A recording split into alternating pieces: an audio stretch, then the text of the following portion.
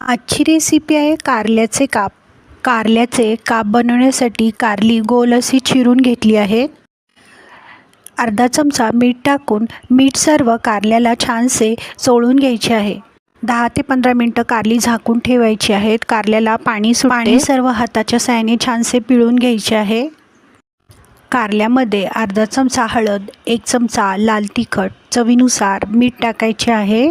1 चमचा धने पावडर, 1 चमचा गरम मसाला टाकायचा आहे. 1 चमचाभर बेसन पीठ, 1 चमचाभर तांदळाचे पीठ टाकायचे आहे. सर्व साहित्य हाताच्या साहाय्याने छानसे मिक्स करून घ्यायचे आहे. कारल्याचे काप गरम तेलामध्ये छानसे तळून घ्यायचे आहेत. खाण्यासाठी तयार आहे कारल्याचे काप. कारल्याचे काप गरम चपाती तसेच वरण भाताबरोबर छान लागतात. कारले न खाणारे हे कारल्याचे काप आवडीने खातील. कारल्याचे काप अजिबात कडू होत नाहीत.